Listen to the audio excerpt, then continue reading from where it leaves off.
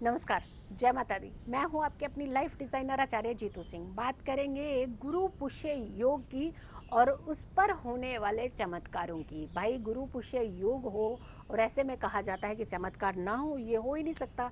27 नक्षत्रों की जब हम बात करते हैं तो 8वां नक्षत्र गुरु पुष्य यानी पुष्य नक्षत्र होता है और ऐसे में गुरुवार को दिन को पड़ने वाला पुष्य नक्षत्र यानी गुरु पुष्य योग बनाता है।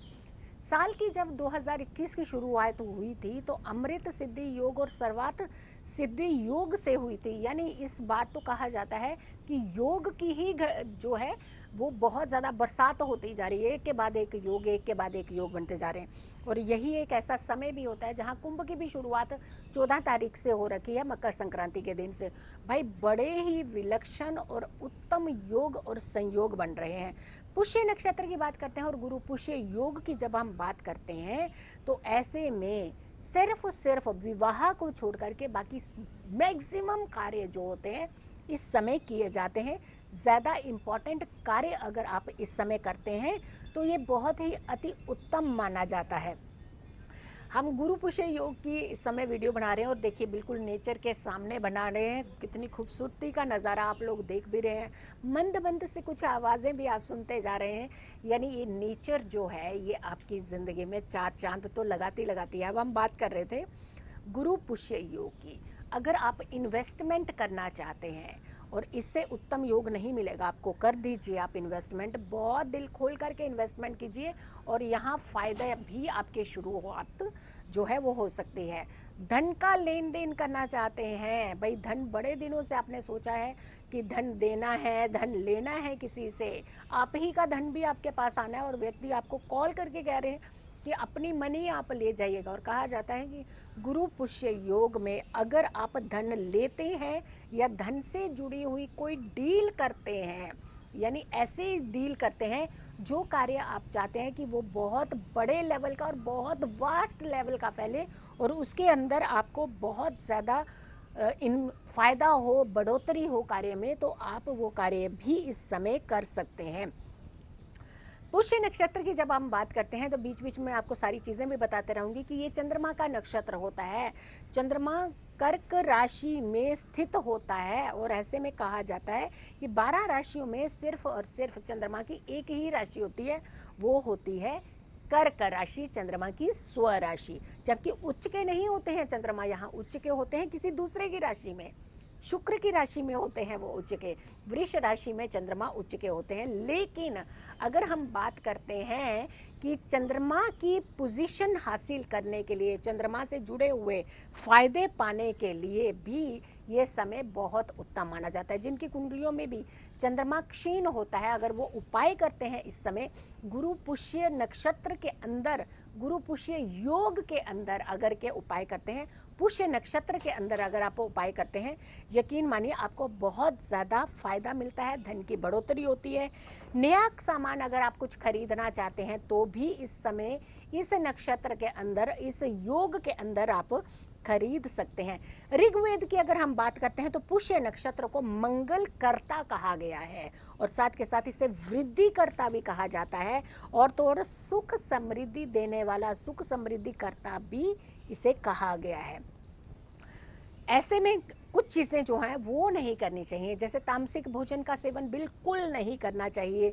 आपको हमेशा अच्छे कर्म करने चाहिए, गुरु रूपी व्यक्तियों का आशीर्वाद पाना चाहिए। अगर आपके गुरु हैं उन्हें ज़रूर कांटेक्ट कीजिए, कॉल कीजिए, उनके संपर्क में आइए, उनसे आप आशीर्वाद ज़रूर ले करके, छीन करके जैसे ले लेते हैं, यकीन मानिए इससे आपको बहुत फ़ायदा मिलता है। भूमि खरीदना चाहते हैं आप, बहुत दिनों से प्लान कर रहे थे कि हमें आपको प्रॉपर्टी खरीदनी है, भूमि खरीदनी है जिसके ऊपर आपने प्रॉपर्टी बनानी है, ये समय बहुत उत्तम माना जाता है। विद्या ग्रहण के लिए ये समय बहुत उत्तम माना जाता है। आध्यात्मिक ज्ञान यानी ज्ञान पाना चाहते हैं, गुरु धारण करना चाहते हैं, देखिए कितना शुभ अवसर होता है जब आप इस समय गुरु धारण भी कर सकते हैं। यकीन मानिए आपका ज्ञान तो बढ़ता बढ़ता ही है, आपका एक विजन क्लियर होता है, एक रास्ता मिलता है आपको ज़िंदगी में आगे बढ़ने का और तकलीफ़ों को छोड़ करके सुख सुविधाओं को हासिल करने का। गुरु पुष्य योग में कहा जाता है कि प्रॉपर्टी खरीदने के लिए बहुत अच्छे समय माना जाता है। हाँ, मुंडन सेरेमनी नहीं करनी चाहिए इस समय, विवाह नहीं करने चाहिए, और कहा जाता है कि नए घर का प्रवेश जो होता है वो गुरु पुष्य नक्षत्र में, गुरु पुष्य योग में नहीं करना चाहिए। इसके अलावा जो चीज़ें हमने आपको बताई है वो चीज़ें कर सकते हैं। गुरु धारण करने का सबसे ज़्यादा उत्तम समय होता है, ये गुरु धारण कर सकते हैं अगर आपके गुरु आपसे नाराज़ हैं। और वैसे भी यकीन मानिए, जब गुरु नाराज़ होते हैं तो आगे का विजन ऐसे लगता है कि बंद हो गया, ठप हो गया, हमारा ज्ञान ही कहीं काम नहीं आ रहा। गुरु बिन ज्ञान कहाँ, कहते हैं ना, तभी इसलिए कहते हैं कि आशीर्वाद गुरु का हमेशा आपके साथ होना चाहिए। अगर आपने अपने ज्ञान की बढ़ोतरी करनी है तो सबसे पहले अपने गुरुओं का आशीर्वाद पा लीजिए, गुरुओं को मना लीजिए। और प्रथम गुरु कौन होते हैं? आपके माता पिता। बहुत सारे लोग हैं बाहर जाकर के गुरुओं का ज्ञान भी पाएंगे, गुरुओं का आशीर्वाद भी लेंगे, लेकिन घर में अपने माता पिता को नाराज़ करके बाहर निकलते हैं। यकीन मानिए, अगर ऐसी कुछ चीज़ें आप करते हैं तो आपको फ़ायदे नहीं मिलने वाले। सबसे पहले अपने पहले भगवान, जिसे कहते हैं घर के अंदर जो भगवान है, प्रथम पूजनीय देवता तो गणपति ही है, लेकिन आपके घर में पहले भगवान आपके माता और पिता है। चंद्रमा भी स्ट्रांग होता है, माता का अगर आशीर्वाद लेते हैं, पिता का आशीर्वाद लेते हैं तो सूर्य बलवान होता है। और माता पिता का दोनों का आशीर्वाद लेते हैं तो आपके लिए विजन के रास्ते खुलते हैं, आप अपनी ज़िंदगी में तरक्कियों को आगमन करते हो। यकीन मानिए, जो व्यक्ति अपने माता पिता को नाराज़ करता है वो बहुत परेशानी में रहता है। सबसे पहले अपने माता पिता को मना लीजिए, उनका आशीर्वाद पा लीजिए और अपने गुरुओं का आशीर्वाद ज़रूर पाइएगा।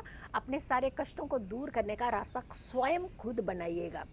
तो देखा आपने, ये नक्षत्र, ये योग कितना उत्तम योग है, आप पूरा फ़ायदा इसका उठा सकते हैं। अगर आप लोगों ने अभी तक मेरे चैनल को सब्सक्राइब नहीं किया है तो ज़रूर कीजिएगा, बहुत सारे लोगों तक इस वीडियो को ज़रूर पहुंचाइएगा, क्योंकि ये एक ऐसा योग है, गुरु पुष्य योग।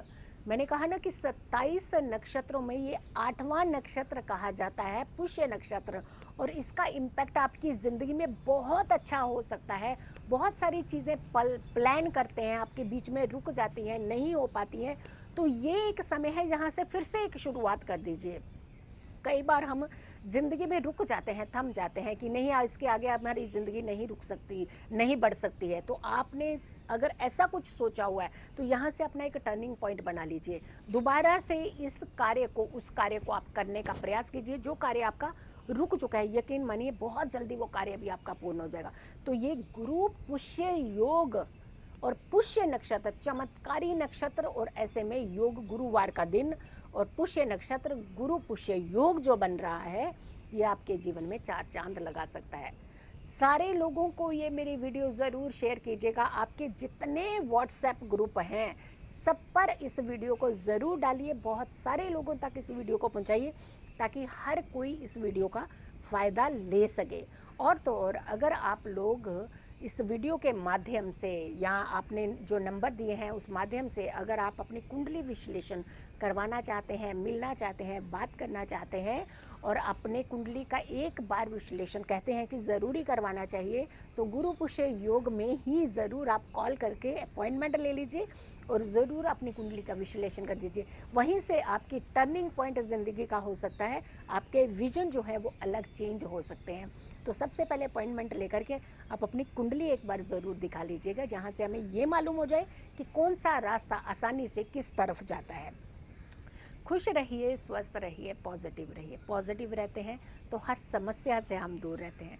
फिर जल्दी हाजिर होंगे एक अच्छी वीडियो के साथ, तब तक के लिए जय माता दी, नमस्कार।